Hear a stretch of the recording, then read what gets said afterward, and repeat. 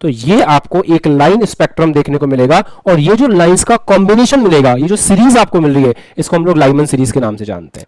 तो अगर ऐसे ही कोई पूछ ले कि लाइमन श्रेणी की तृतीय पंक्ति के बारे में बताओ, तृतीय पंक्ति, तो कौन से ट्रांजिशन की बात कर रहा होगा, कहां से कहां तक आने की बात कर रहा होगा? सोचो। लाइमन श्रेणी की प्रथम पंक्ति का मतलब है 2 से 1 पे आना, और द्वितीय पंक्ति का मतलब क्या है? 3 से 1 पे आना। तो यहां जो ट्रांजिशन होने वाला है वो 3 से 1 का होने वाला है। जितने बच्चों को ये बात समझ में आ गई, सवाल हो जाएगा उनसे। हेलो। हाँ जी बच्चों, ऑडियो वीडियो एकदम परफेक्ट, दिखाई एकदम साफ दे रहा है, सुनाई एकदम क्लियर दे रहा है, बढ़िया, ओके, परफेक्ट। चलिए शुरू करते हैं।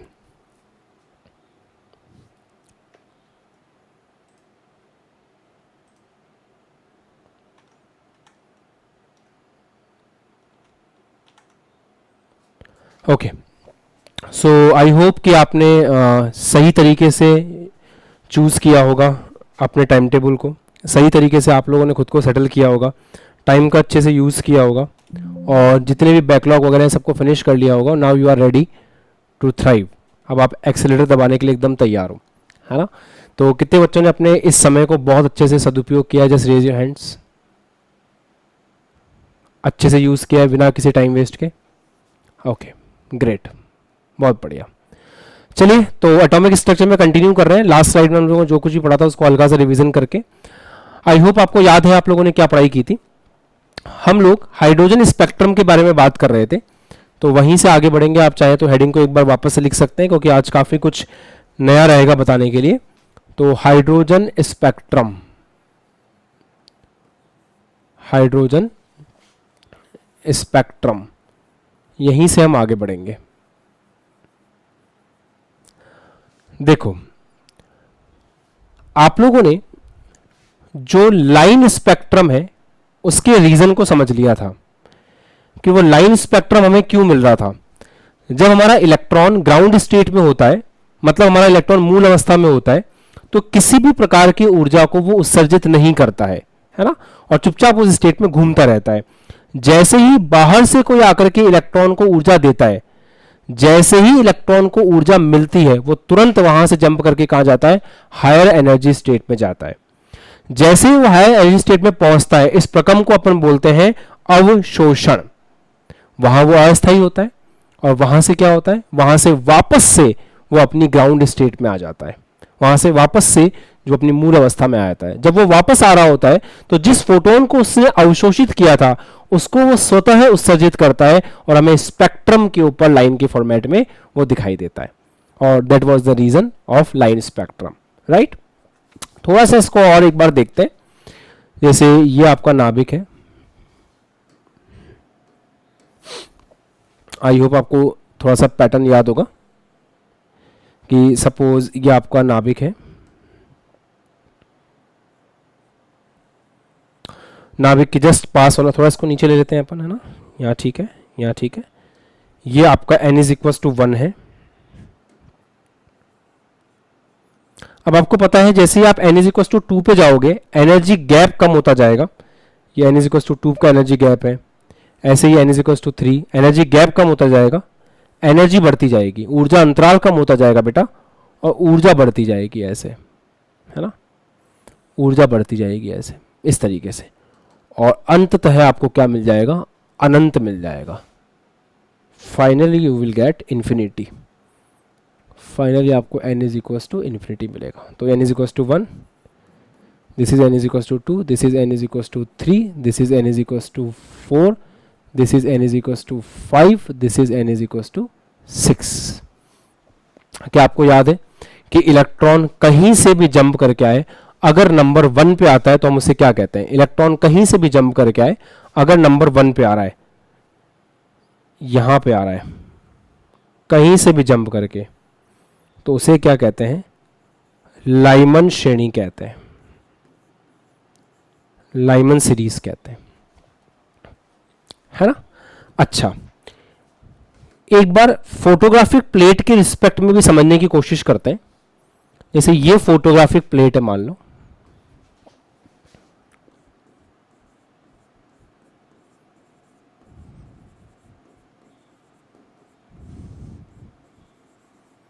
ये फोटोग्राफिक प्लेट है, हिंदी में भी फोटोग्राफिक प्लेट ही बोलते हैं, तो कोई बड़ी बात नहीं है। इसके ऊपर जेडनेस की परत होती है, ऐसा आप बोल सकते हैं। और अगर इसके ऊपर कुछ भी आकर के स्ट्राइक करेगा, है ना, तो वहां पे क्या बन जाएगा, एक फ्लैश जैसा बन जाएगा। अगर कुछ भी आके वहां पे टकराएगा तो एक फ्लैश जैसा बन जाएगा। इलेक्ट्रॉन कहीं से भी जंप करके 1 पे आता है, तो मान लेते हैं इलेक्ट्रॉन आपका इन्फिनिटी से आया 1 पे, ऐसे आपका इलेक्ट्रॉन n बराबर 6 से आया 1 पे, आपका इलेक्ट्रॉन n बराबर 5 से आया 1 पे, आपका इलेक्ट्रॉन n बराबर 4 से आया 1 पे, आपका इलेक्ट्रॉन n बराबर 3 से आया 1 पे, आपका इलेक्ट्रॉन n बराबर 2 से आया 1 पे, ऐसे। तो जब आपका इलेक्ट्रॉन इन्फिनिटी से 1 पे आएगा तो एक फोटोन बाहर निकालेगा। क्या हम उस फोटोन का लैम्बडा निकाल चुके हैं कि इन्फिनिटी से जब इलेक्ट्रॉन वहां पर आता है तो उस फोटोन का लैम्बडा कितना होता है? कौन बच्चा बता सकता है कि उस फोटोन का लैम्बडा कितना होता है? जब इलेक्ट्रॉन इन्फिनिटी से जंप करके यहां पे आएगा तो उस फोटोन का लैम्बडा कितना होता है? ये कौन बच्चा बता सकता है? हाँ अनुराग, आप बोलो। आप सर 911 एंगस्ट्रॉम। 911 एंगस्ट्रॉम, ठीक है। और अगर 2 से जंप करके 1 पे आता है तो कितना? 2 से जंप करके 1 पे आता है तो कितना युवांक? 2 से जंप करके 1 पे आता है तो कितना? 1200 एंगस्ट्रॉम। मतलब अब आप देखो, ऐसे म्यूट कर लो, जब एक इलेक्ट्रॉन जंप करके इन्फिनिटी से 1 पे आ रहा है तो एक लाइन क्रिएट हो जाएगी, एक फोटोन बाहर निकलेगा जिसका लैम्बडा आपको पता है, उस फोटोन से यहां पे एक लाइन बनेगी ऐसी। अगर कोई इलेक्ट्रॉन 6 से आता है तो एक लाइन बनेगी, 5 से आता है तो एक लाइन बनेगी, ऐसे एक लाइन बनेगी इस तरीके से। तो ये आपको एक लाइन स्पेक्ट्रम देखने को मिलेगा, और ये जो लाइंस का कॉम्बिनेशन मिलेगा, ये जो सीरीज आपको मिल रही है, इसको हम लोग लाइमन सीरीज के नाम से जानते हैं। अच्छा, यहां पे एक बात आपके लिए ऐड करने के लिए है, 911 एंगस्ट्रॉम से 1200 एंगस्ट्रॉम जो है वो हमारे इलेक्ट्रोमैग्नेटिक स्पेक्ट्रम के कौन से पार्ट में आती है, ये आपको याद करना पड़ेगा। कि जब आपको लाइमन सीरीज के अंदर फोटोन मिल रहे हैं, या आपको फोटोन क्या है, एक इलेक्ट्रोमैग्नेटिक वेव का फॉर्म है, इलेक्ट्रोमैग्नेटिक वेव के अंदर फोटोन होते हैं, तो फोटोन किसको रिप्रेजेंट करते हैं, फोटोन किसके बारे में बताते हैं, इलेक्ट्रोमैग्नेटिक वेव के बारे में ही बताते हैं। तो आपको जो फोटोन मिल रहा है वो फोटोन कौन सा हो रहा है, ये आपको याद होना चाहिए। मैं आपको बताता हूं, यहां पे आपको जो फोटोन मिलेगा वो यूवी मिलेगा, अल्ट्रा वायलेट मिलेगा। अल्ट्रा वायलेट मतलब अवरक्त किरणों वाला फोटोन मिलेगा, अवरक्त किरणों वाला फोटोन मिलेगा। ये चीज आपने नोट्स में ऐड कर लीजिए। अच्छा, ये हो गई लाइमन सीरीज। सेकंड क्या थी? सेकंड थी n बराबर 2 पे इलेक्ट्रॉन कहीं से भी आए, बहुत दूर से आएगा तो इन्फिनिटी से आ जाएगा, थोड़ा पास से आएगा तो ऐसे आ सकता है, और थोड़ा पास से आ जाए, और थोड़ा पास से आ जाए। तो ये जो श्रेणी होती है, ये श्रेणी है बामर श्रेणी। तो इस श्रेणी को अपन क्या बोलते हैं? बामर श्रेणी। अच्छा, अब सवाल पैदा होता है कि सर बामर श्रेणी के अंदर कौन कौन सी लाइट्स मिल सकती हैं? तो बामर श्रेणी के अंदर आपको यूवी भी मिल सकता है और इसमें विजिबल भी मिलता है। मतलब इसमें मैंने गलती से अवरक्त लिख दिया, यहाँ पे पराबैंगनी होगा, सॉरी, अवरक्त इंफ्रारेड होता है, पराबैंगनी, ठीक कर लो इसको, पराबैंगनी। हाँ, तो यहां पे अपन को पराबैंगनी भी मिल सकता है, पराबैंगनी मिलता है रेंज में स्टार्टिंग में, और फिर हमें मिलता है दृश्य तरंगे। अच्छा, बामर श्रेणी की रेंज किसी बच्चे को याद है? एनीवन जिसको बामर श्रेणी की रेंज याद है? नवाज याद है आपको? युवांग को याद है? बताओ बेटा। 3500 से 6000 तक। कितना? 3500 एंगस्ट्रॉम से 6000 एंगस्ट्रॉम। हाँ, 3500 एंगस्ट्रॉम से 6000 एंगस्ट्रॉम। इसमें आपको दोनों वैरायटी मिलेगी, इसमें आपको पराबैंगनी किरणें भी मिलेंगी और दृश्य किरणें भी मिलेंगी, राइट। इसके बाद आप याद कर सकते हो, क्या आपको आगे की श्रेणियां याद है? कोई बच्चा सुना सकता है मुझे सारी श्रेणी? युवांक आप ही बता दो, अगली श्रेणी कौन सी है? अगली वाली श्रेणी? Very good. नेक्स्ट है, हाँ एक मिनट, नेक्स्ट है पाश्चन, फिर कौन सी है? ब्रैकेट। पाश्चन है, फिर ब्रैकेट है, फिर कौन सी है? पी फुंड। पी फुंड। इसके आगे की पता है क्या?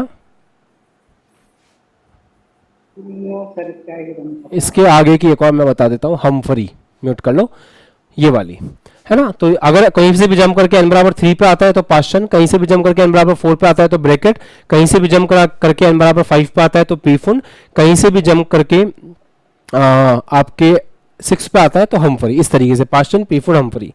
एक पॉइंट याद रखेंगे, ये सारी जितनी भी है ना इसके बाद की, ये सब अवरक्त किरणों के लिए होती हैं। इनमें जो भी मिलेगा आपको हमेशा अवरक्त किरणें मिलेंगी, मतलब इंफ्रारेड मिलेंगी, इंफ्रारेड। ये एक नोट करने वाला पॉइंट है जो आपके पास नोट डाउन होना चाहिए। Just note it down.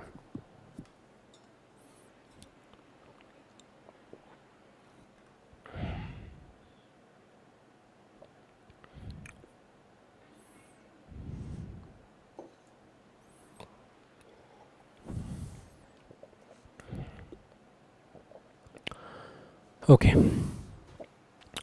चलिए अब जरा एनर्जी के फॉर्मूले पे गौर करते हैं क्योंकि उसको भी हम डिस्कस कर चुके थे लास्ट क्लास में। क्या आपको याद है अपन एक फॉर्मूला बनाया था, mu bar is equal to 1 upon lambda बराबर, एनीवन रिमेंबर दैट फॉर्मूला?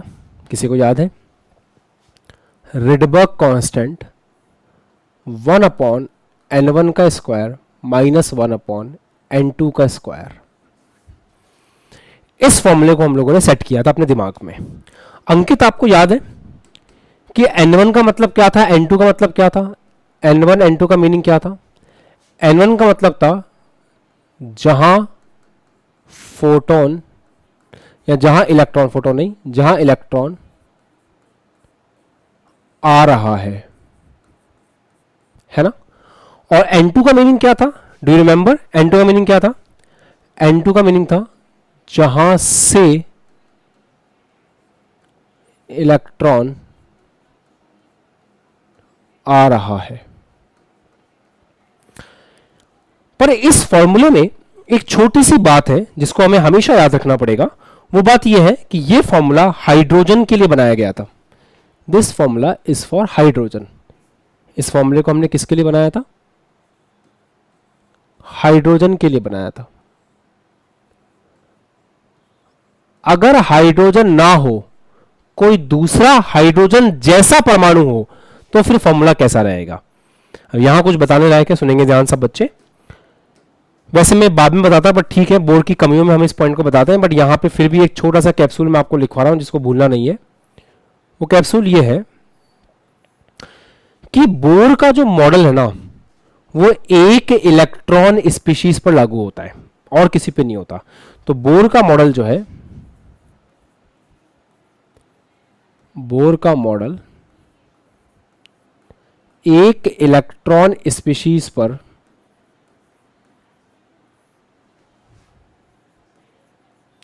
लागू होता है। अब दिमाग में एक भयंकर सवाल नहीं आ रहा, सर एक इलेक्ट्रॉन स्पीशीज का मतलब क्या है? जिसके पास एक इलेक्ट्रॉन, जैसे हाइड्रोजन, जैसे हीलियम। सर हीलियम के पास तो 2 इलेक्ट्रॉन होते हैं। कोई बात नहीं, उसमें से एक इलेक्ट्रॉन निकाल दो, क्या बन जाएगा? He+। He+ के पास तो एक ही इलेक्ट्रॉन है। अगला लिथियम 2+। लिथियम के पास वैसे 3 इलेक्ट्रॉन होते हैं, अगर उसमें से अपन 2 इलेक्ट्रॉन बाहर निकाल दें तो उसके पास भी एक इलेक्ट्रॉन ही बचेगा। तो आप ऑब्जर्व करेंगे तो इन्हीं के ऊपर जो एक इलेक्ट्रॉन स्पीशीज है, केवल इनके ऊपर ही बोर का परमाणु मॉडल लागू होता है। अच्छा, इन सब में क्या खासियत है? इन सब के पास इलेक्ट्रॉनों की संख्या तो एक है, पर प्रोटॉन तो अलग अलग होंगे ना। तो यहां पे हाइड्रोजन के लिए प्रोटॉन की संख्या 1 है तो Z बराबर 1 हो गया, हीलियम के लिए Z बराबर 2 है, और लिथियम के लिए Z बराबर 3 है। तो ये फॉर्मूला हाइड्रोजन के साथ साथ हाइड्रोजन जैसे परमाणुओं के ऊपर भी प्रतीक हम लगा सकते हैं। तो हाइड्रोजन जैसे परमाणु के लिए लगाएंगे तो फॉर्मूले में थोड़ा चेंज आएगा। क्या चेंज आएगा बताता हूं आपको। क्या इस फॉर्मूले को ड्राइव करते वक्त आप लोगों ने एक जगह पर Z इज इक्वल टू 1 रखा होगा? जाके चेक करो, डेरिवेशन चेक करो। आपने एनर्जी को जब लिखा होगा, E2 माइनस E1 जब आपने किया होगा, तो वहां पे आपने Z स्क्वायर आया था, उस Z स्क्वायर की जगह आपने 1 रख दिया था, तो वो Z स्क्वायर फॉर्मूले से गायब हो गया था। हेलो, रिमेंबर, अगर मैं हाइड्रोजन जैसे किसी परमाणु की बात कर रहा हूं तो फिर जेड की एंट्री हो जाएगी, और जेड की एंट्री होगी तो बहुत कुछ नहीं बदलेगा, फॉर्मूला बिल्कुल सेम रहेगा, बस यहां पे एक एक्स्ट्रा जेड स्क्वायर आ जाएगा। उस जेड स्क्वायर को मैं यहां लिख के दिखा देता हूं, ऐसे एक एक्स्ट्रा जेड स्क्वायर आ जाएगा बस। अब ये फॉर्मूला हाइड्रोजन जैसे परमाणुओं के लिए सही हो जाएगा, हाइड्रोजन के लिए तो रहेगा ही रहेगा, हाइड्रोजन जैसे परमाणु के लिए भी सही हो जाएगा। अब ये ना केवल हाइड्रोजन बल्कि उसके जैसे हर परमाणु पे लगेगा। तो इस फॉर्मूले को भी अपनी कॉपी में स्थान दे दीजिए, लिख दीजिए अच्छे से। Always remember this. Rydberg constant के बारे में मैंने आपको कुछ फॉर्मूले बताए, वैल्यूज बताई थी, पर मैं रिडबर्ग कांस्टेंट के एग्जैक्ट वैल्यू भी आपको बता देता हूं, जिसको आप याद करना चाहो तो याद कर सकते हो, अदरवाइज नीड नहीं है। 1.09678 इंटू 10⁻7 मीटर इनवर्स। जितने नीट के बच्चे हैं, मुझे आपको ये सावधान करने की जरूरत नहीं है कि जब हम जेई मेन के साथ में, जेई एडवांस के साथ में आपको पढ़ा रहे थे, लास्ट ईयर भी ऐसा किया था, तो कई बच्चों का सवाल था सर हमारा पेपर तो बड़ा आसान आता है, क्या ही जरूरत है, हम इतनी मेहनत क्यों करें, है ना। तो आई होप कि आपको पता चल गया होगा नीट 2025 के बारे में कि आपका पेपर किस प्रकार का आया है। तो अब आपको जरूरत नहीं है ये बिल्कुल भी सोचने की कि हम जेई का पेपर क्यों करें, हम जेई मेन के सवाल क्यों करें, हम एडवांस लेवल की पढ़ाई क्यों करें, ये सब बातें अब काम नहीं आएंगी। तो मेहरबानी करके अच्छे से मेहनत कीजिएगा, क्योंकि सवाल जब आएंगे तो फिर हर तरह के से आएंगे, है ना, पक्का। चलो एक चीज और सीखते हैं। अगर मैं आपसे एक छोटी सी टर्म के बारे में बात करूं जो कई बार न्यूमेरिकल्स में देखी जाती है, वो टर्म्स है first line of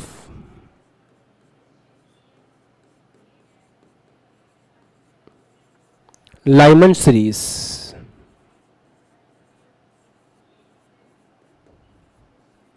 first line of Lyman series, what do you think, इसका मतलब क्या होता है।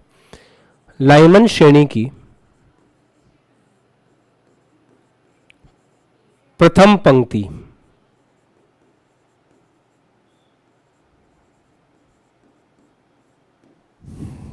हाँ, यहां आपको एक बार एक्सप्लेन करना चाहूं तो कर सकता हूं। जब इन्फिनिटी से 2 पे आता है तो एक लाइन बनती है, कहीं से भी 2 पे आएगा लाइन बनेगी, कहीं से भी 2 पे आएगा लाइन बनेगी। तो इस प्रकार से जो लाइन मिलेगी अपन को, ये कौन सी लाइन होगी, ये बामर श्रेणी होगी। एक चीज आप खुद से ऑब्जर्व कर लेना, मेरी जरूरत नहीं पड़ेगी आपको। लेफ्ट टू राइट जब आप जा रहे हो तो लैम्बडा इंक्रीज कर रहा है, लैम्बडा बढ़ रहा है, खुद ही ऑब्जर्व कर लेना। 911 से 1200, उसके बाद 3500 से 6000, आप आगे और जाओगे तो आपको 6000 से और आगे मिलेगा, है ना। तो जब आप लेफ्ट टू राइट जाते हैं तो लैम्बडा इंक्रीज करता है, ठीक है। तो फर्स्ट लाइन ऑफ लाइमन श्रेणी का मीनिंग क्या हुआ ये आप सोचिए, और last line of Lyman series का मीनिंग क्या हुआ ये आपको सोचना है। मतलब लाइमन श्रेणी की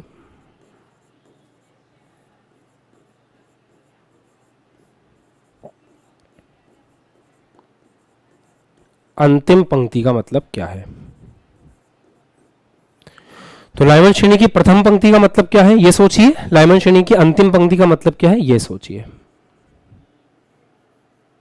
चलिए देखते हैं प्रथम पंक्ति का मतलब क्या होता है। सिद्धांत ध्यान दो, लाइमन श्रेणी का मतलब होता है n बराबर 1 पे इलेक्ट्रॉन जंप करके आ रहा है। अच्छा, सबसे पास से कहां से आ सकता है, n बराबर 1 पे अगर उसे आना है तो इलेक्ट्रॉन सबसे पास से कहां से आ सकता है। सर n बराबर 1 पे आना है तो सबसे पास से आ सकता है n बराबर 2 से। तो ये जो आप देख रहे हो ना, this is the first line, इसको कहते हैं लाइमन श्रेणी की प्रथम पंक्ति। अच्छा, लास्ट कहां से आ सकता है। सर लास्ट की बात करें तो लास्ट तो अनंत से आ सकता है, तो इसको कहते हैं last line of Lyman series. चलेगा, first line of Lyman series, LS लिख रहा हूं शॉर्ट में, और this is the last line of Lyman series. तो अगर ऐसी कोई पूछ ले कि लाइमन श्रेणी की तृतीय पंक्ति के बारे में बताओ, तृतीय पंक्ति, तो कौन से ट्रांजिशन की बात कर रहा होगा, कहां से कहां तक आने की बात कर रहा होगा। सोचो, तृतीय पंक्ति का मतलब क्या हुआ। प्रथम पंक्ति का मतलब हुआ 2 से 1 पे लाइमन श्रेणी के लिए, द्वितीय पंक्ति का मतलब क्या हुआ 3 से 1 पे, और तृतीय पंक्ति का मतलब क्या हुआ, 4 से 1 पे। तो आज की क्लास में मैं आपको वो टूल्स दूंगा, वो कैप्सूल्स दूंगा जिससे न्यूमेरिकल्स बनेंगे। जब आप सवालों को पढ़ोगे ना तो टर्म्स ऐसी मिलेंगी आपको, फिर आप कंफ्यूज होगे। तो आज जितना आप अलर्ट होकर क्लास में सीखोगे आपको टर्म्स क्लियर हो जाएंगी। अच्छा, बिल्कुल वैसे ही कोई आपसे बोल दे फर्स्ट लाइन बामर श्रेणी की कौन सी है, तो बामर श्रेणी की फर्स्ट लाइन का मतलब क्या हुआ, इलेक्ट्रॉन को 2 पर आना है, सबसे नजदीक वो कहां से आ सकता है, 3 से। तो 3 से 2 की जो बात हो रही है वो बामर श्रेणी की फर्स्ट लाइन की हम बात कर रहे हैं हमेशा, है ना। और लास्ट लाइन कौन सी होगी बामर श्रेणी की, तो बामर श्रेणी की लास्ट लाइन का मतलब हुआ, बामर श्रेणी की लास्ट लाइन का मतलब हुआ कि इलेक्ट्रॉन कहां से जंप करके आ रहा है, इंफिनिटी से जंप करके आ रहा है, कहां पे, नंबर 2 पे। गॉट इट, लिख लीजिए, छोटी सी बात थी, काम आती है। फर्स्ट लाइन लास्ट लाइन इनकी मीनिंग पता होनी चाहिए।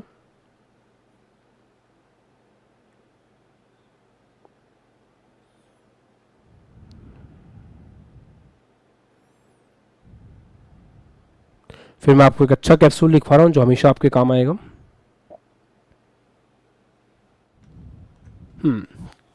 चलिए देखिए,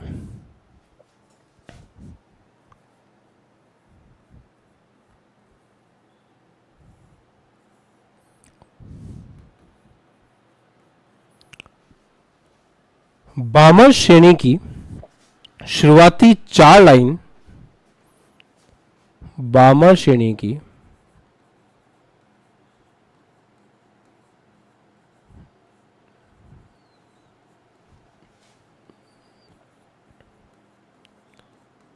शुरुआती 4 लाइंस, अच्छा शुरुआती 4 लाइन का मतलब क्या हुआ, बामर श्रेणी की शुरुआती 4 लाइन देखते हैं। बामर श्रेणी की पहली लाइन कौन सी होगी, 3 से 2 पे आए, पहली लाइन होगी जब कहां से कहां तक आए, 3 से 2 पर आए। दूसरी लाइन क्या होगी, 4 से 2 पे आए। तीसरी लाइन क्या होगी, 5 से 2 पर आए। और अगली लाइन क्या होगी, 6 से 2 पर आए। तो ये जो आप देख पा रहे हैं, बामर श्रेणी की जो शुरुआत की 4 लाइनें हैं, हमेशा याद रखें बामर श्रेणी की जो शुरुआती 4 लाइनें हैं, केवल ये ही, बामर श्रेणी की जो शुरुआती 4 लाइनें हैं, केवल ये ही आपकी विजिबल रेंज में आती है, मतलब दृश्य तरंगों में आती है। बामर श्रेणी की शुरुआती 4 लाइनें ही दृश्य श्रेणी में आती हैं।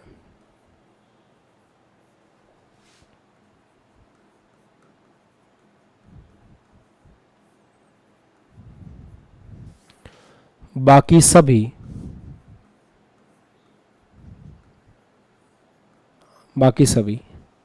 यूवी श्रेणी में आती हैं।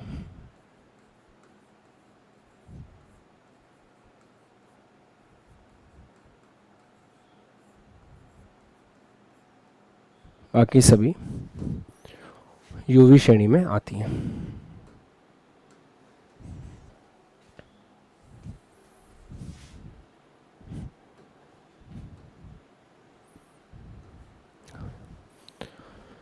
न्यूमेरिकल्स में काम आ सकता है।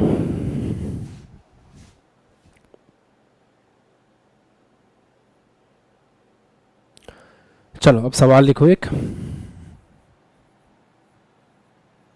करने की कोशिश करो। सवाल है,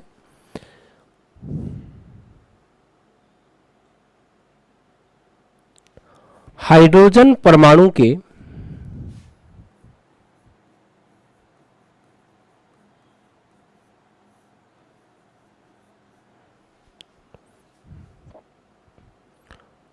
बामर श्रेणी की द्वितीय पंक्ति में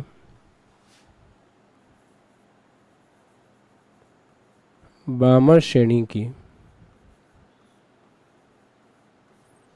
द्वितीय पंक्ति में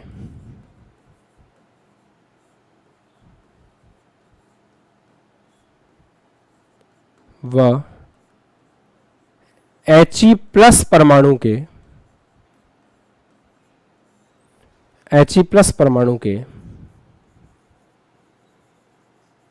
बामर श्रेणी में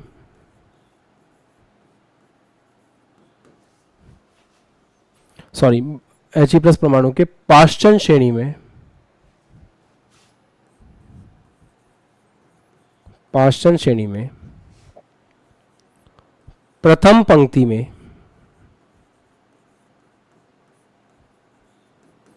उत्सर्जित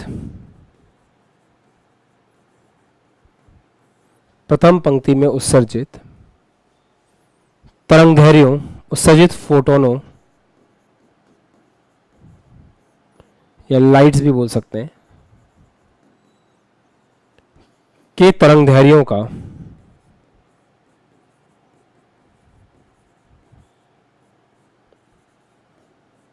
अनुपात ज्ञात करें।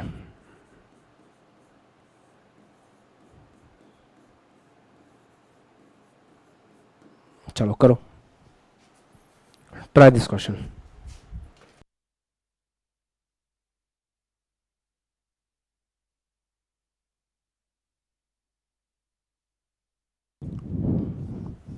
सोचो बेटा कैसे कर सकते हैं। बिल्कुल भी टफ नहीं है, थोड़ा सिस्टमेटिकली करेंगे, आराम से हो जाएगा। ट्राई कीजिए। मैं चाहता हूँ ये सवाल बने आपसे।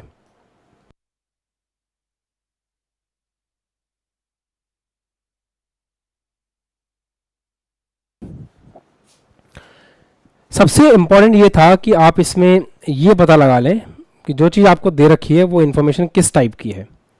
अगर वो इन्फॉर्मेशन आप सही से पता लगा पाएंगे तो ऐसे हो जाएगा सवाल। चलिए, हाइड्रोजन परमाणु के, ध्यान देंगे, हाइड्रोजन परमाणु के बामर श्रेणी की द्वितीय पंक्ति। तो बामर श्रेणी की द्वितीय पंक्ति का मतलब क्या होता है? पहली बात तो हाइड्रोजन परमाणु की बात हो रही है। ट्रांजिशन कहां से कहां हो रहा है? बामर श्रेणी की द्वितीय पंक्ति। बामर श्रेणी की पहली पंक्ति होगी 3 से 2, द्वितीय कौन सी होगी? 4 से 2। तो मतलब ये बात कहां से कहां की हो रही है? 4 से लेकर के 2 की हो रही है। तो आपको लैम्बडा निकालना है हाइड्रोजन परमाणु के लिए जब ट्रांजिशन कहां से कहां हो रहा है? 4 से 2 की तरफ हो रहा है, डिवाइड बाय। ये कितने बच्चे सोच पाए थे कि हाँ सर बिल्कुल सही, हम मैच कर लिए थे? Very good. उसके बाद हीलियम प्लस परमाणु के लिए बात करनी। क्या हम हीलियम प्लस परमाणु के ऊपर हाइड्रोजन स्पेक्ट्रम के फॉर्मूले लगा सकते हैं? ये भी एक बहुत अच्छा सवाल है। लगा सकते हो सर, कोई दिक्कत नहीं। क्यों लगा सकते हैं? क्योंकि हाइड्रोजन जैसा परमाणु है, इसके पास भी एक ही इलेक्ट्रॉन है, तो यस वी कैन अप्लाई। ठीक है, तो He प्लस परमाणु के लिए ट्रांजिशन कहां से कहां देख पा रहे हैं हम? पाषाण श्रेणी की बात कर रहा है ना, तो पाषाण श्रेणी में प्रथम पंक्ति। तो पाषाण श्रेणी की प्रथम पंक्ति कौन सी होती है? सर बामर के पास पाषाण ही है, तो पाषाण की प्रथम पंक्ति होगी 4 से 3। तो पाषाण की प्रथम पंक्ति हो जाएगी 4 से 3, ये इसकी प्रथम पंक्ति होगी। तो आपको लैम्बडा निकालना है किसके लिए? हीलियम प्लस के लिए, जहां ट्रांजिशन कहां से कहां हो रहा है? 4 से 3 हो रहा है। कितने बच्चों का ये भी सही था? बस क्या आपने फॉर्मूला लगाया? फॉर्मूले में RH आएगा ही आएगा, Z स्क्वायर। Z स्क्वायर का मतलब हाइड्रोजन के लिए 1 का स्क्वायर। 1 अपॉन कहां पे इलेक्ट्रॉन आ रहा है? 2 पे आ रहा है। माइनस कहां से आ रहा है? 4 से आ रहा है, divide by RH।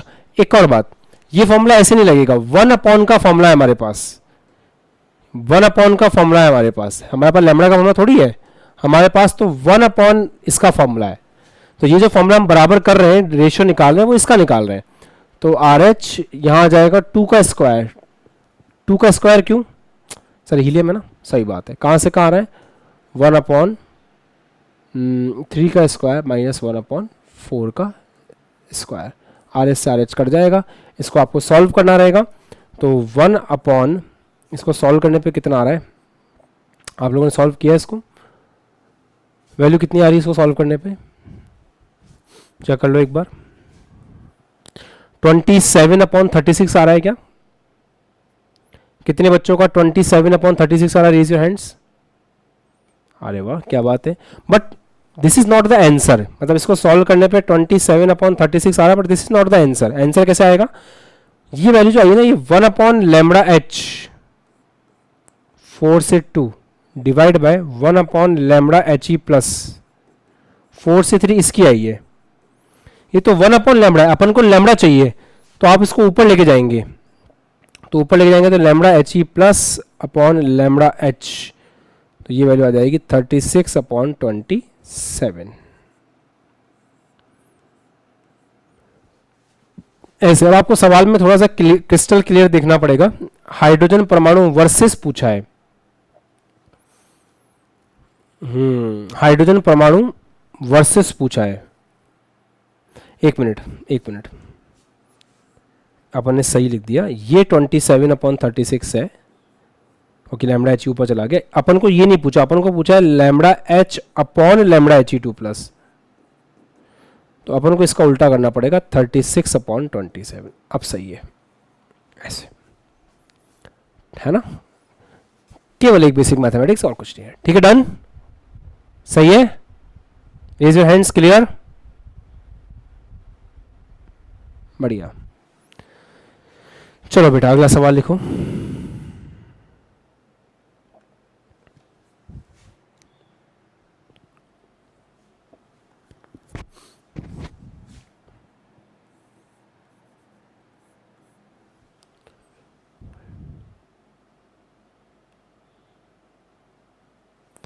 He2 plus ion में, He प्लस आयन में, सॉरी, He प्लस आयन में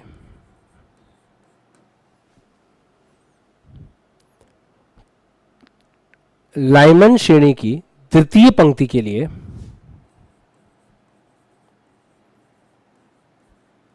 लाइमन श्रेणी की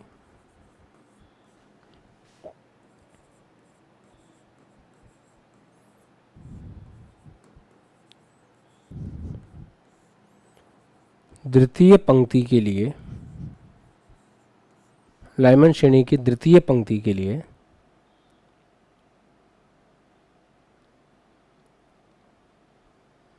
उत्सर्जित लाइट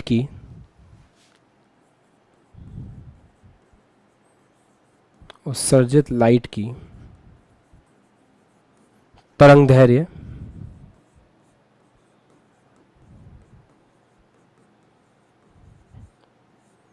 एवं तरंग संख्या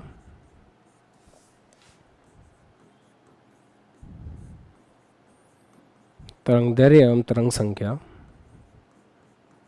ज्ञात करें, तरंगदैर्घ्य एवं तरंग संख्या ज्ञात करें।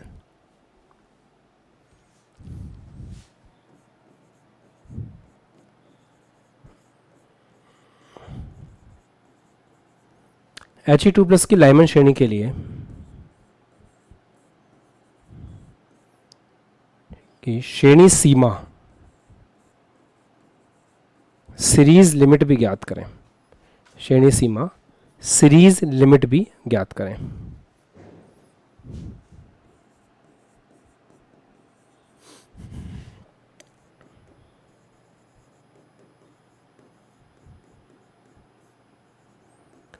और ये जो उत्तर देना है ना, ये RH के पदों में देना है, मतलब RH के टर्म्स में आपको आंसर देना है।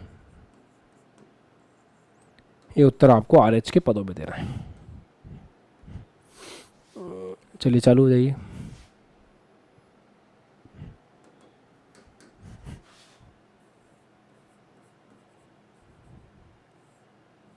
सोचिए कैसे करेंगे।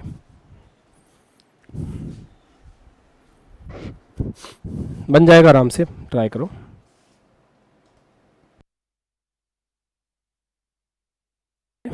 हाँ, सवाल को ढंग से पढ़ना इंपॉर्टेंट होता है बेटा, और कुछ भी नहीं। He+ आयन में लाइमन श्रेणी की बात हो रही है ना, लाइमन श्रेणी की द्वितीय पंक्ति की बात हो रही है। अच्छा, लाइमन श्रेणी की द्वितीय पंक्ति का मतलब क्या होता है? देखो, लाइमन श्रेणी की प्रथम पंक्ति का मतलब है 2 से 1 पे आना, और द्वितीय पंक्ति का मतलब क्या है? 3 से 1 पे आना। तो यहाँ जो ट्रांजिशन होने वाला है वो 3 से 1 का होने वाला है। जितने बच्चों को ये बात समझ में आ गई, सवाल हो जाएगा उनसे। कितनों का सही था? हाँ, बस ट्रांजिशन पे आपको सही काम करना है, क्योंकि इस तरह के सवालों में ट्रांजिशन को प्रॉपर्ली आइडेंटिफाई करना इज द टफेस्ट टास्क। वो एक बार हो गया तो बात बन जाएगी। अब तो फॉर्मूला लगाना है, बच्चों का खेल है, कर देते हैं। z कितना होगा? 2। वाई? बिकॉज बात किसकी हो रही है? हीलियम की हो रही है। चलिए देख लेते हैं। हाँ, तो हीलियम के लिए फॉर्मूला कैसे लगेगा? 1/λ, ये वेव नंबर हो जाएगा। तो आपसे तरंग संख्या पूछा है ना उसने, हाँ, तो तरंग संख्या डायरेक्ट ये हो जाएगा। फॉर्मूला क्या होगा? RH इंटू जेड का स्क्वायर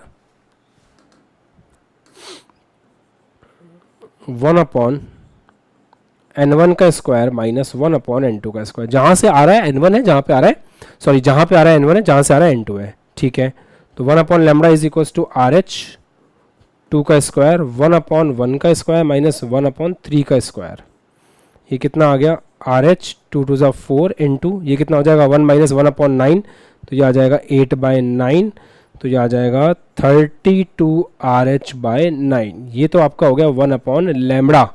तो आपसे लैम्बडा पूछा है, लैम्बडा कहाँ से कहाँ तक का पूछा है, 3 से 1 के लिए पूछा है, और एच ई प्लस के लिए पूछा है। कितना आ रहा है वो आ जाएगा 9/32 आर एच।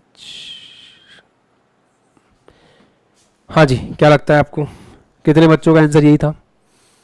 परफेक्ट है, मस्त एकदम, कोई दिक्कत नहीं है। हाँ, अब ये अगले सवाल में समझ नहीं आया ना, सीरीज लिमिट क्या होती है। सीरीज लिमिट का मतलब क्या हुआ, चलो इसको भी समझ लेते हैं। सीरीज लिमिट का मतलब होता है अनंत से लेकर के आना है। जैसे लाइमन श्रेणी के लिए सीरीज लिमिट की बात करें तो अनंत से 1, बामन श्रेणी के लिए सीरीज लिमिट की बात करें तो अनंत से 2, ऐसे। तो अगर आयमन श्रेणी के लिए सीरीज लिमिट की बात करें तो अनंत से लेकर के आना है कहां पे, 1 पे। 1 पे क्यों, क्योंकि लाइमन श्रेणी है, बस। तो सीरीज लिमिट ज्ञात करनी, लैम्बडा निकालना, बच्चों का खेल हो गया ये तो। One by lambda is equal to R H 2 का स्क्वायर 1/n1 का स्क्वायर, n1 कितना है 1 माइनस 1/इंफिनिटी का स्क्वायर। बस इसको सॉल्व करना है तो 1/लैम्बडा इज इक्वल टू आ गया 4 आर एच। तो यहाँ से लैम्बडा आ गया सीरीज लिमिट के लिए 1/4 आर एच, दैट्स इट, है ना। और आर एच आपका आ जाएगा नीचे, यहाँ भी और यहाँ भी, दैट्स इट।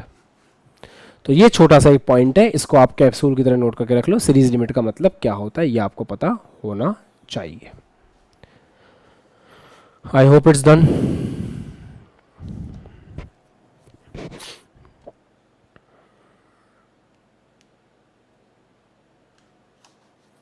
प्रिंसी कुछ बोलना है? बोलो। सर आर एच की वैल्यू कब रखनी है? सवाल में आर एच के पदों की बात की थी ना, तो मैंने आर एच की वैल्यू नहीं रखी। मतलब जो 4 ऑप्शंस दिए हुए थे उसमें आर एच दिया हुआ था। अगर 4 ऑप्शंस नहीं होंगे तो आर एच की वैल्यू मैंने आपको बता रखी है, हर तरह की 12,400 भी बता रखी है, एंगस्ट्रॉम में चाहिए तो, है ना, हर तरह की वैल्यूज बता रखी है। तो सवाल के हिसाब से आप देख लेना जैसे बोलता है। डन। यहां मैंने आपको सवाल में लिख के दिया था कि आर एच के पदों में बताना है। चलो अब आपने पूछ ही लिया है तो मैं आपको एंगस्ट्रॉम में निकाल के दिखा देता हूं। आ जाओ इधर, म्यूट कर लो खुद को। इसका एक मेथड नंबर 2 भी हो सकता है, क्या हम उसको देख लें एक बार ताकि हमारा दिमाग चल जाए। इसमें थोड़ा इजी लगता है मेरे को, ये मतलब कंफर्टेबल फील करता हूं मैं इस मेथड के साथ थोड़ा सा ज़्यादा। देखते हैं कैसे। हमेशा से ये फॉर्मूला तो वैलिड रहेगा ना, E2 minus E1 is equal to SC/लैम्बडा।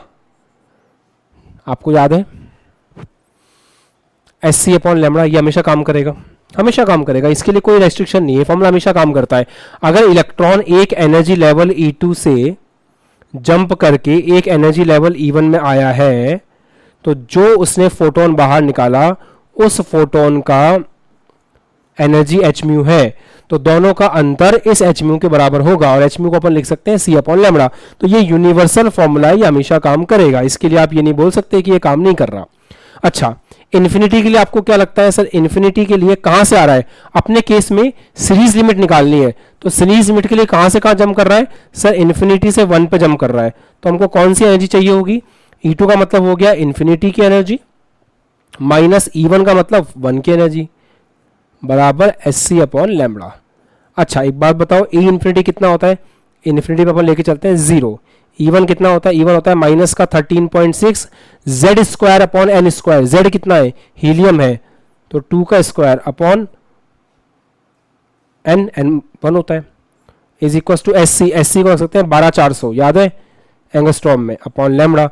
तो यहाँ से आपका लैम्बडा कितना आ गया डायरेक्टली? तो यहाँ से लैम्बडा आ गया 12,400 डिवाइड बाय 13.6 इंटू 4 एंगस्ट्रॉम। ऐसे भी आप कैलकुलेट कर सकते हैं, this is also a method, आप इससे भी आराम से कर सकते हैं, कोई दिक्कत नहीं।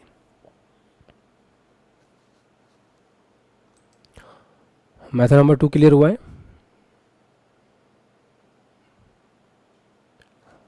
Method number 2 clear, raise your hands. ठीक है, कोई बहुत बड़ी बात नहीं थी इस मेथड में, आसान ही था।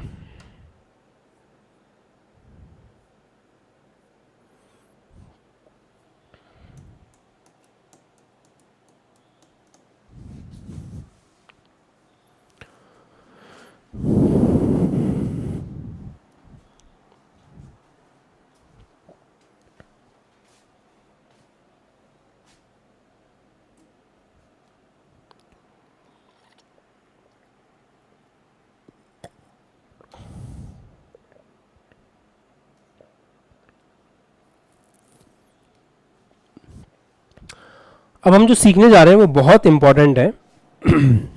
उसके फॉर्मूले भी बहुत इंपॉर्टेंट है, सवाल भी बहुत आते हैं। स्पेक्ट्रल लाइंस की संख्या,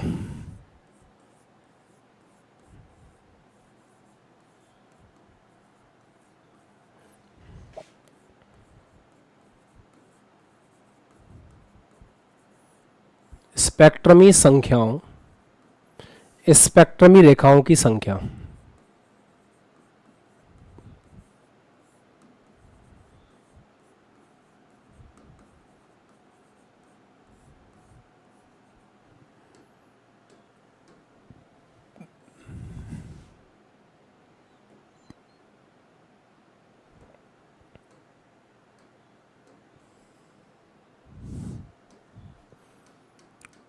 ओके गाइस, चेक करते हैं। अभी चुपचाप शांति से अगले 5 से 7 मिनट में यहाँ पे आपके सामने फॉर्मूला लिख रहा हूँ, आप भी लिख लो, फिर हम समझ लेंगे एक साथ, ठीक है।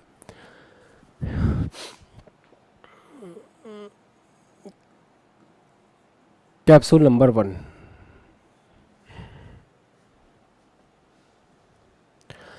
हाइड्रोजन परमाणु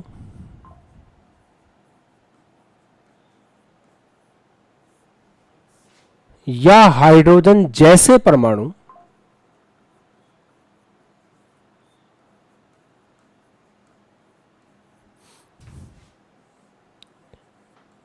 के सैंपल में, सैंपल पे अंडरलाइन कर लेंगे, हाइड्रोजन परमाणु या हाइड्रोजन जैसे परमाणु के सैंपल में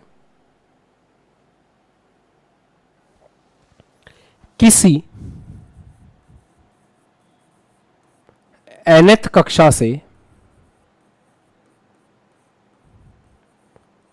n बराबर 1, किसी nth कक्षा से n बराबर 1, जिसको हम बोल रहे हैं मूल अवस्था, है ना।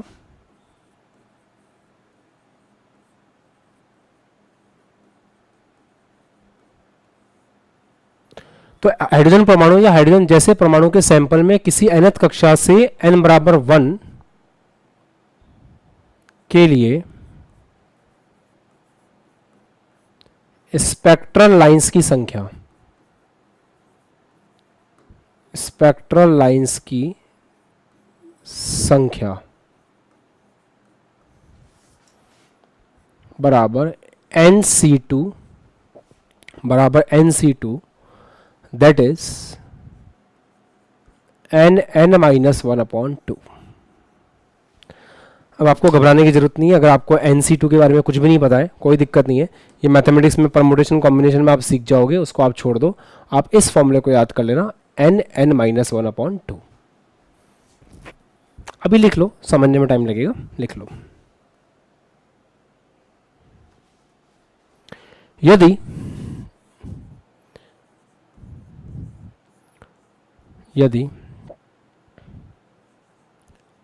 n2 से n1 में, यदि n2 से n1 में ट्रांजिशन हो,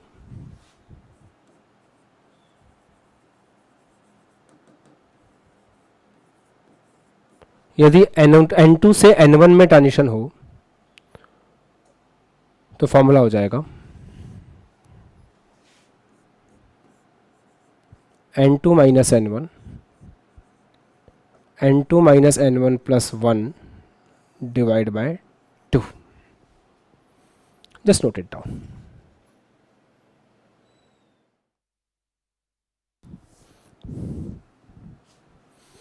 कैप्सूल 2 लिख लेते हैं।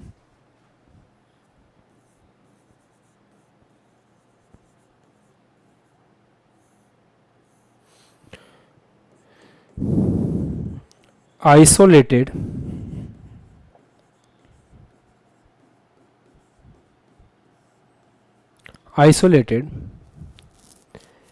विलगित हाइड्रोजन या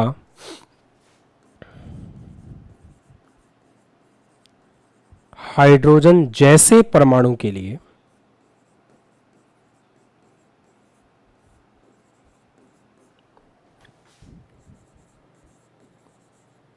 आइसोलेटेड हाइड्रोजन या हाइड्रोजन जैसे परमाणु के लिए N2 से N1 ट्रांजिशन में, तो अपनी लैंग्वेज में लिखना पड़ता है बेटा इसको, ट्रांजिशन हो तो मैक्सिमम स्पेक्ट्रल लाइंस बराबर N2 minus N1, maximum spectral lines N2 minus N1।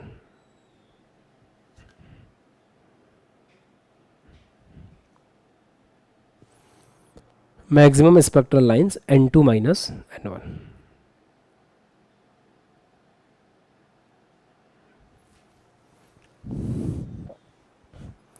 तथा सेम चीज है आइसोलेटेड हाइड्रोजन या हाइड्रोजन जैसे परमाणु के लिए यदि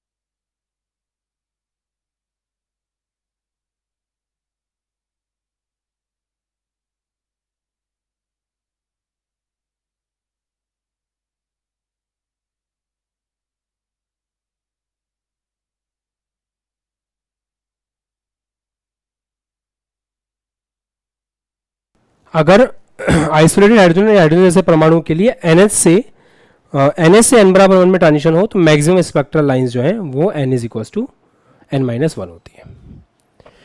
ये कहानी है बच्चों। अब इसको समझने की कोशिश करेंगे, तो लिख लो पहले आराम से।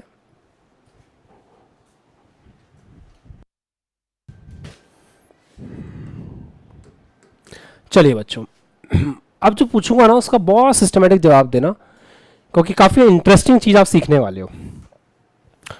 N इज इक्वल टू 5 से लेट स्टार्ट अपन कहानी शुरू कर रहे हैं।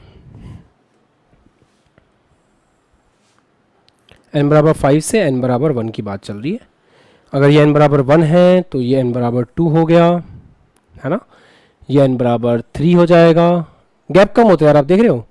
ये n बराबर 4 है और सबसे कम गैप के साथ होगा n बराबर 5।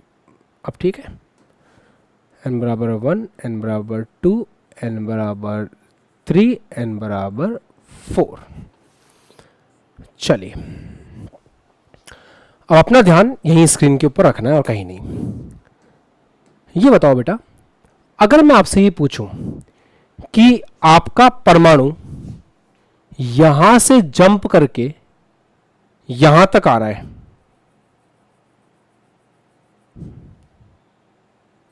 मतलब n बराबर 5 से जंप करके n बराबर 1 में आ रहा है। n बराबर 5 से n बराबर 1 में आ रहा है। लिखना बिल्कुल बंद, समझना है ना, अच्छी चीज है काफी। सवाल बहुत बनते हैं इसमें, क्रूशल। यहां लिखा है हाइड्रोजन परमाणु या हाइड्रोजन जैसे परमाणु का सैंपल, मतलब मेरे पास हाइड्रोजन या हाइड्रोजन जैसे परमाणु का सैंपल है।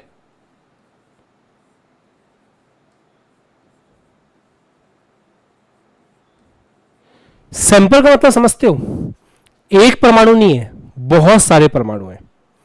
हाइड्रोजन के मान लो आप असंख्य परमाणु हैं। सैंपल का मतलब होता है जितने आपके मन में आ रहा है ना उतने परमाणु हैं।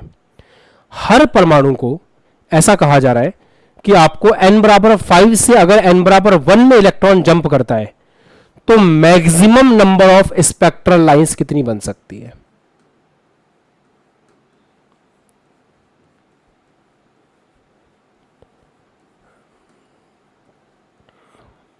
Maximum number of spectral lines कितनी बन सकती हैं, ये अपन को सोच के बताना है कि कितनी maximum number of spectral lines बन सकती हैं। स्टार्ट करें। हो सकता है एक बंदा n बराबर 5 से शुरू करे, पहले वो n बराबर 4 में आए, फिर n बराबर 4 से n बराबर 3 में जाए, फिर 3 से 2 में आए और 2 से 1 में आए। ये एक तरीका हो सकता है कि एक जो परमाणु है उस परमाणु का जो इलेक्ट्रॉन था वो इलेक्ट्रॉन कहां से स्टार्ट किया, वो इलेक्ट्रॉन n बराबर 5 से स्टार्ट किया, पहले 4 पे आया, फिर 3 पे आया, फिर 2 पे आया, फिर 1 पे आया।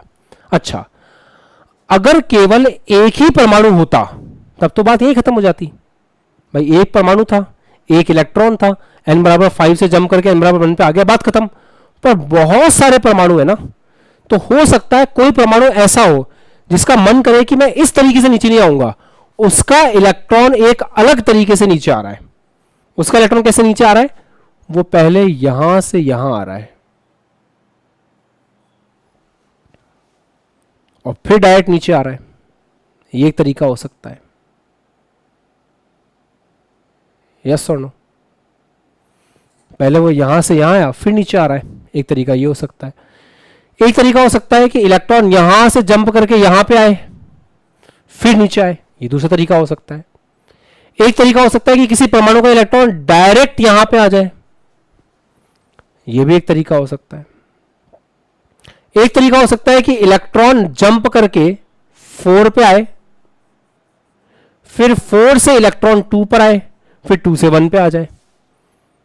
एक तरीका यह हो सकता है।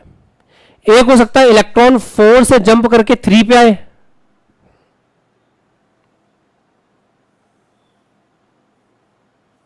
और फिर 3 से जंप करके 1 पे आ जाए। एक तरीका यह हो सकता है। ऐसे मल्टीपल तरीके हो सकते हैं। अब आप अपनी कॉपी में काउंट करके देखो कि कितने नंबर ऑफ तरीके हो सकते हैं ऐसे नीचे आने के, कितने नंबर ऑफ वेज ऐसे नीचे आने के हो सकते हैं। सोचो, लगाओ दिमाग, कितने हो सकते हैं।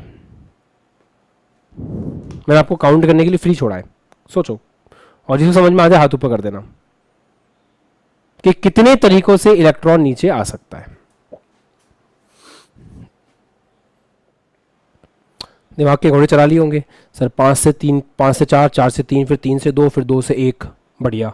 फिर सर 5 से 4 पे आ जाए, 5 से 3 पे आ जाए, फिर 3 से 2, 2 से 1, फिर यहां से यहां आ जाए, फिर 1। जो मैंने बताया कुछ कुछ कुछ कुछ वैसे ही हो रहा होगा।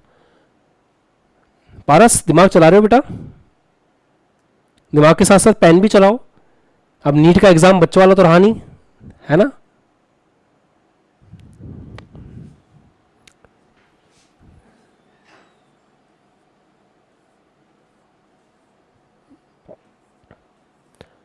अच्छा जी, तो आपको इतना समझ में आ गया होगा कि सर ट्रांजिशन तो बहुत अलग अलग तरीकों से हो सकता है, वो तो हम बना भी पा रहे हैं, लिख भी पा रहे हैं।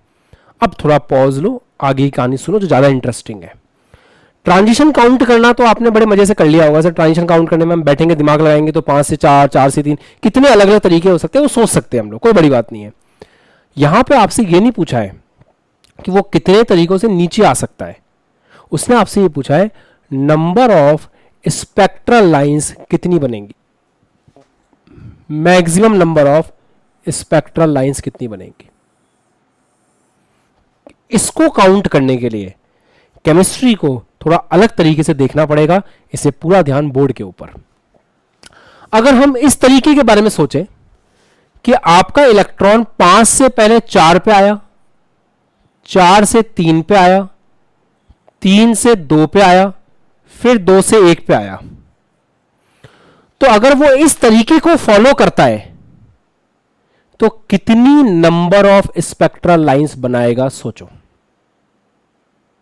सर ध्यान सुनना बेटा, वापस बोल रहा हूं। 5 से 4 पे आया तो एक लाइन निकालेगा, एक फोटोन बाहर निकालेगा। उस फोटोन का एच म्यू किसके बराबर होगा? E5 माइनस E4 के बराबर होगा। एक लैम्बडा आएगा, एक लाइन आ जाएगी।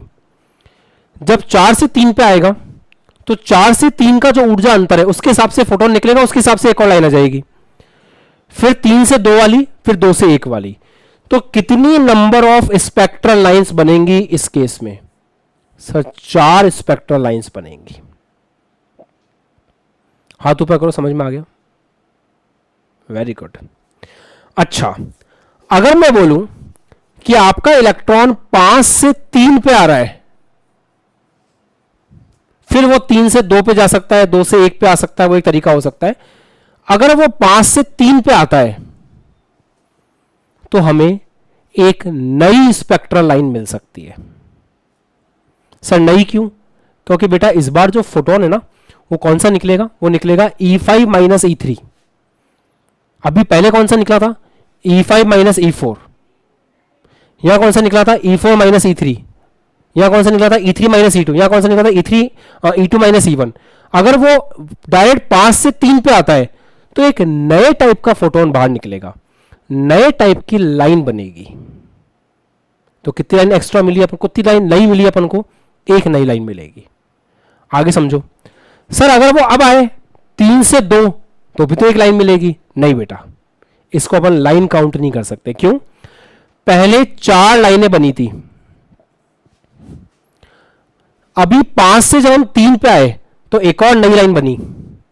पर अगर आपका इलेक्ट्रॉन 3 से 2 पे आता है तो ये तो पहले भी लाइन बन चुकी है। तो 3 से 2 वाली लाइन तो ऑलरेडी स्पेक्ट्रम पे है।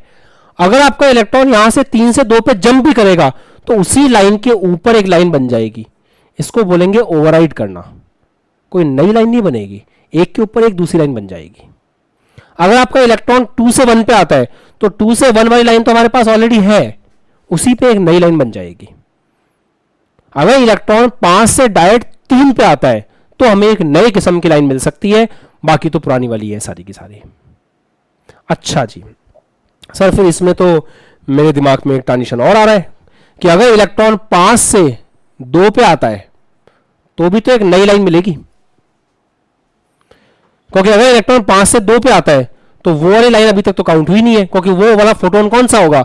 E5 माइनस E2 वाला फोटोन होगा, अलग फोटोन होगा, वो अलग लाइन होगी। हाँ बिल्कुल, एक और लाइन एक्स्ट्रा मिलेगी। सर यहां से अगर अब यहां से यहां पे आएगा तो वो वाली लाइन तो हमारे पास पहले से है, उसके ऊपर ओवरराइड हो जाएगा बस। अच्छा सर, फिर इस हिसाब से तो अगर डायरेक्ट 5 से 1 पे आ जाए ऐसे तो भी तो एक लाइन मिलेगी। हाँ मिलेगी, नई लाइन मिलेगी, तो एक और नई लाइन मिलेगी इससे भी। अच्छा सर, ये कोई बात थोड़ी होती है। ऐसा हो इलेक्ट्रॉन कि 5 से 4 पे आए, फिर सर 4 से 2 पे अगर कोई इलेक्ट्रॉन आ जाए तो भी तो एक नई लाइन मिलेगी अपन को। अब आपने जितने ट्रांजिशन सोचे थे ना उनको दिमाग में लेके आओ। सर हमने सोचा था कि 5 से 4 पे आएगा तो वो तो लाइन है। सर 4 से 3 पे आएगा वो भी है, 3 से 2 वो भी है, 2 से 1 वो भी है, कौन सी नहीं है? 5 से 4 पे, 4 से डायरेक्ट 2 पे आ जाए तो ये एक नई लाइन पैदा होगी। ये अभी तक हमने काउंट नहीं की है, तो ये एक और लाइन आ गई, तो ये एक लाइन और हो गई। ऐसे आप ये देखो कितनी नई लाइन बन पा रही है। सर फिर इस हिसाब से तो 3 से 1 पे आए, ये भी एक नई लाइन होगी। ये भी तक अभी तक अपन ने काउंट नहीं की है। हाँ ये भी अपन ने काउंट नहीं की है, 3 से 1 वाली। ये सारी वो लाइनें हैं जो आपको मिल सकती हैं मैक्सिमम। अब आपके दिमाग में जो कुछ भी आ रहा हो ना वो इसमें है ऑलरेडी। आपके दिमाग में आ सकता है सर 5 से 4 पे आए, 4 से 1 पे आ जाए। ये तो आपने सोचा ही नहीं कि 4 से 1 पे आ जाएगा तो क्या होगा। क्या हमने सोचा नहीं? सच में नहीं सोचा? 4 से 1 वाला हमने सोचा नहीं है क्या? कितनी हुई? 4 5 6 7 8 9। हाँ यार, ये अपन ने सोचा ही नहीं कि 4 से 1 पे आ जाए तो क्या करोगे। ये भी तो एक लाइन है। हाँ सॉरी, ये रह गया था, एक लाइन और हो गई। अच्छा सर, ऐसा हो जाए कि 5 से 4 पे आए, 4 से 3 पे आए, 3 से डायरेक्ट आ जाए, हाँ वो सोच रखी है। अच्छा सर, सर 5 से 2 पे आ जाए डायरेक्ट, यार वो सोच रखी है, ठीक है। सर 5 से 3 पे डायरेक्ट आ जाए, यार वो भी सोच रखी है। अब ऐसी कोई लाइन नहीं होगी जो आपने सोच ना रखी हो, आप काउंट कर चुके हो। तो कितनी maximum number of spectral lines आपको मिली? 4, 5, 6, 7, 8, 9, 10।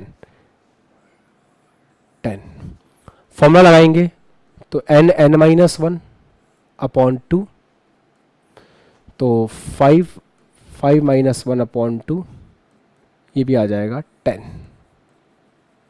आंसर। ये वाली कहानी थी, ठीक है। तो अभी तक मैंने आपको क्या क्लियर किया है? ये वाला पोर्शन क्लियर कर दिया। ऐसे ही n2 से n1 पे आने के तो ये फॉर्मूला लगा देना। अभी ये वाला पोर्शन क्लियर करना बाकी है, इस पोर्शन को हम नेक्स्ट क्लास में क्लियर करेंगे। और ना केवल क्लियर करेंगे बल्कि सवाल भी लगाएंगे और इसको भी एक बार और समझ लेंगे, चिंता मत करो। और उम्मीद करता हूँ कि आपने एक अच्छा कंसेप्ट सीखा होगा। जब आप सवाल करने जाओगे ना, अच्छे सवाल, तो काफ़ी काम आएगा, इस तरीके अंडरस्टैंडिंग काफ़ी काम आएगी। Got it? Raise your hand जिनको समझ में आ गया है। जिनको नहीं आया एक बार वापस रिवाइज करेंगे। बाकी मेरे सामने इतने बच्चे, उनके हाथ ऊपर ही हैं, 99% बच्चों के। अच्छी बात है, चलो कॉपी कर लेना, इसको PDF मिल जाएगी। अब हम लोग अगले 2-4 मिनट में फिजिक्स स्टार्ट करेंगे। बाय। आई होप अच्छी शुरुआत है छुट्टियों के बाद, है ना, दिमाग चलाने वाली शुरुआत।